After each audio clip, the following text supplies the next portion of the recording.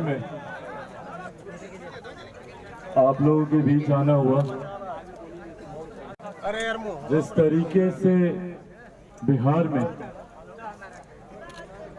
एक हत्याओं की श्रृंखला बन गई है और खास तौर पर हम लोगों के यहाँ भोजपुर जिला में जिस तरीके से एक के बाद एक हत्याएं यहाँ पर हो रही हैं, ये अपने में दर्शाता है कि किस तरीके से अपराधियों का मनोबल आज की तारीख में चरम सीमा पर है और कानून व्यवस्था पूरी तरीके से चरमरा गई है।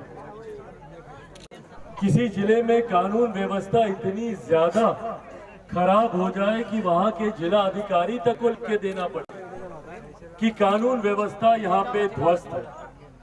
भाई कारण क्या है? कारण क्या है कि हमारे ही प्रदेश में इतनी हत्याएं होती हैं? देश का कोई दूसरा राज्य नहीं है जहां पे आए दिन ऐसी हत्याएं हो रही हैं। इस बात की कल्पना करना भी संभव नहीं है कि 9 दिन में 9 हत्याएं, और खास तौर पर हम लोग के अनुसूचित जाति जनजाति समाज टारगेट किलिंग के तौर पर दलित परिवार से आने वाले लोगों को चुन चुन कर गोली मारी जा रही है।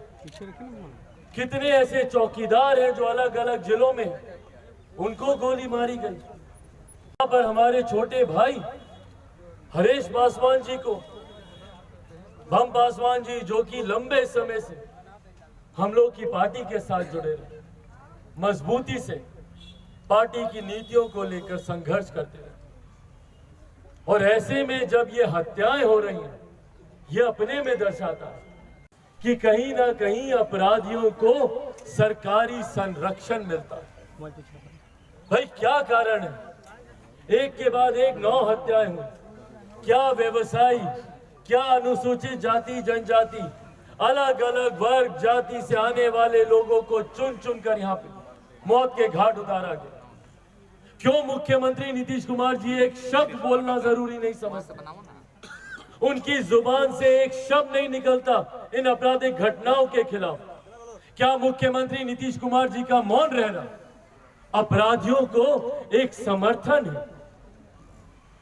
जिला प्रशासन जिस तरीके से उदासीन रवैया यहाँ पे दिखाता है, एसपी साहब बोलते हैं भैया हमसे पहले भी हत्याएं होती थी, तुम्हारा गुनाह मेरे गुनाह से छोटा, तो इसलिए मैं गुनाहगार नहीं हूं। ये कहां का कानून है भैया? क्या कारण है कि यहाँ पे स्थानीय प्रशासन अपराधियों की गिरफ्तारी नहीं कर पाता? और अफसोस तब जब परिवार सालों से लिखकर इस घटना के बारे में जानकारी दे रहा है। बम पासवान जी 2017 से निरंतरता में कितनी बार, इनको भी याद नहीं, कितनी बार इन्होंने प्रशासन को लिख के दिया कि हम लोग को खतरा है, हम लोग को खतरा है, हम लोग को खतरा है। तो क्या इस हत्या में जितने जिम्मेदार, जितने दोषी वो अपराधी हैं, उतने ही जिम्मेदार यहाँ का प्रशासन भी है? जानते बूझते आपने ये हत्या को अंजाम होने दिया। आपकी जानकारी में होने के बावजूद हरीश ने अगर आज जान गंवाई है तो उसका जिम्मेदार यहाँ का प्रशासन भी है। इन लोगों की नाकामी की वजह से, इन लोगों की नाकामी की वजह से आज ये हत्याओं का तांडव यहाँ पे रचा जा रहा है, और उसके बाद एक दूसरे के ऊपर अपनी जिम्मेदारी छोड़ देना। डीएम साहब अलग पत्र लिख रहे हैं। भाई पत्र लिखने से क्या होगा? प्रशासन की जिम्मेदारी आप लोग के पास है। आप लोग की जिम्मेदारी बनती है कि किस तरीके से हमारे जिले में अमन चैन कायम रहे। एक सुरक्षा का भाव अगर जिला प्रशासन नहीं दे सकता, एक सुरक्षा का भाव अगर राज्य सरकार नहीं दे सकती, तो और क्या उम्मीद करें भैया इनसे? रोजगार आप दे नहीं सकते, शिक्षा व्यवस्था आप देते नहीं हैं, स्वास्थ्य सेवाएं आप बेहतर करते नहीं हैं, तो कम से कम भैया हम लोग को जीने का अधिकार तो दे दीजिए। उस पर भी आप लोग राजनीति करते हैं। भाई कौन नहीं जानता कि जिला प्रशासन को पता है कि नहीं पता है कि कौन अपराधी है, सब जानते हैं। अगर इस जानकारी के बावजूद अगर हत्याएं होती हैं तो कहीं ना कहीं जिला प्रशासन का संरक्षण और राज्य सरकार, मुख्यमंत्री नीतीश कुमार जो हमारे प्रदेश के गृह मंत्री भी हैं, उनकी खामोशी अपने में दर्शाती है कि भैया आप खामोश रह रहकर अपराधियों के मनोबल को बढ़ा रहे। क्यों नहीं आते मुख्यमंत्री नीतीश कुमार आरा जिला? क्यों नहीं आते यहाँ पर? क्यों नहीं जाते पीड़ित परिवारों से मिलने? मुख्यमंत्री जी, आपके जाने से एक कड़ा संदेश जाता उन अपराधियों को, प्रशासन मुस्तैद होता, मजबूती से यहाँ पर ये लोग खोजबीन करते, गिरफ्तारी करते अगर मुख्यमंत्री जी आते, क्योंकि जवाबदेही इनकी तय होती। पर मुख्यमंत्री कहीं जाना जरूरी नहीं समझता। कल हम लोग नवादा में थे, रात में एक परिवार के 6 लोगों ने सामूहिक हत्या वहां पे कर ली। क्यों? क्योंकि वहां पे जितने साहूकार हैं वो लोग पैसा उनको देकर दुगना तिगना पैसा वसूल करने के बाद भी उनके ऊपर दबाव डाल देते। ऐसी घटनाएं हर जिला में हो रही। यहाँ पे भी संभवतः 1-2 परिवार ऐसे होंगे ही होंगे जिन्होंने साहूकारों से पैसा लिया होगा और वो अपने गुंडे उनके घर पे भिजवा दें। क्या प्रशासन को ये नहीं पता है? और क्यों खामोश है मुख्यमंत्री नीतीश कुमार इन सब के ऊपर? क्यों नहीं गए वो नवादा? क्यों नहीं आते वो आरा? क्या भोजपुर जिला उनके बिहार प्रदेश में नहीं पड़ता क्या? और जितने लोग खामोश हैं, गठबंधन में जितने लोग खामोश हैं, याद रखें वो लोग, बिहार की जनता सब देख रहे, आप लोग सब देख रहे कि भैया कौन क्या कर रहा है। 7 दलों का गठबंधन गिनाते भुनाते ये लोग नहीं थकते। तो क्या उन 7 दलों के गठबंधन में किसी नेता मंत्री के पास फुर्सत नहीं है कि यहां पर आए और हम लोग की समस्या को सुने? भले वो राजद हो, भले वो कांग्रेस हो, भले वो माले हो, सीपीआई, सीपीएम, मांझी जी की पार्टी, मुख्यमंत्री नीतीश कुमार जी की पार्टी, 7 दलों का गठबंधन सिर्फ हम लोग का वोट लेने के लिए। और जब आज हम लोग को आपकी जरूरत है तो उसमें से किसी ने आना जरूरी नहीं समझा। कोई यहां पर आवाज उठाने को तैयार नहीं है। आज हम लोग जा रहे हैं कलेक्ट्रेट ऑफिस तक पैदल पदयात्रा करते हुए, विरोध मार्च करते हुए।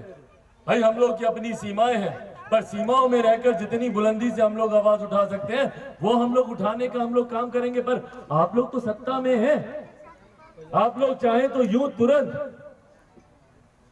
तुरंत आप गिरफ्तारी कर सकते हैं, परिवार को आप न्याय दिला सकते हैं। पर परिवार को न्याय दिलाना तो दूर, आप तो परिवार का दुख दर्द सुनने को तैयार नहीं।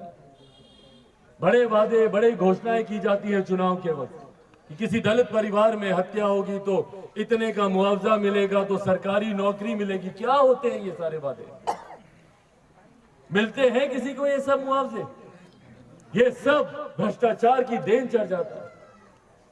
सुखाड़ जिला ये लोग घोषित करते हैं अलग अलग प्रखंडों में जाकर, और जाइए सुखाड़ का मुआवजा लेने तो अधिकारी उन्हीं को देगा जिनके साथ सेटिंग होती है। ये हाल तो इन्होंने बिहार का बना के रखा। इसीलिए साथियों आज आप लोग के बीच आया, इस दुख की घड़ी में आया।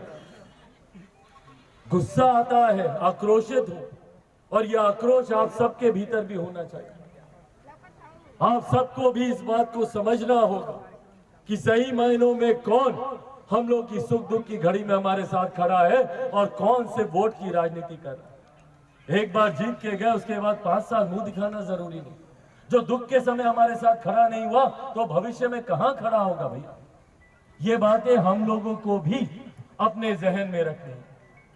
मेरे नेता, मेरे पिता आदरणीय रामविलास पासवान जी ने 50 दशक से ज्यादा सक्रिय राजनीति में बिताए इसी व्यवस्था को बदलने के। आज वो हम लोग के बीच नहीं, पर उनके इस सपने को बिहार कैसे आगे बढ़े, बिहार कैसे विकसित राज्य बने और कम से कम बिहार में कानून व्यवस्था तो कायम हो, सुरक्षा का भाव हम लोग को मिले, उनकी उस सोच को, उस विचार को लेकर मैं आगे चलूं। आप लोगों की लड़ाई मजबूती से मैं लड़ने को तैयार हूं, पर ऐसे में यही अपेक्षा रखता कि आप लोगों का भी साथ उतनी ही मजबूती से। आज जब मैं यहाँ से डीएम साहब के पास जाऊंगा और भी जहां जहां पे भी ये हत्याएं हुई हैं, हर परिवार से मिलूं और अंत में डीएम साहब के पास जाकर पैदल यात्रा करके उनके पास पहुंच उनको भी हम लोग ज्ञापन सौंपेंगे, ताकि आने वाले दिनों में कम से कम बिहार में कभी कोई इस तरीके की घटना ना घटे, इस बात को सुनिश्चित करें। किसी और परिवार का चिराग ना बुझे, किसी और परिवार के घर में अंधकार ना हो, इस बात को कम से कम मुख्यमंत्री नीतीश कुमार और जिला प्रशासन सुनिश्चित करे।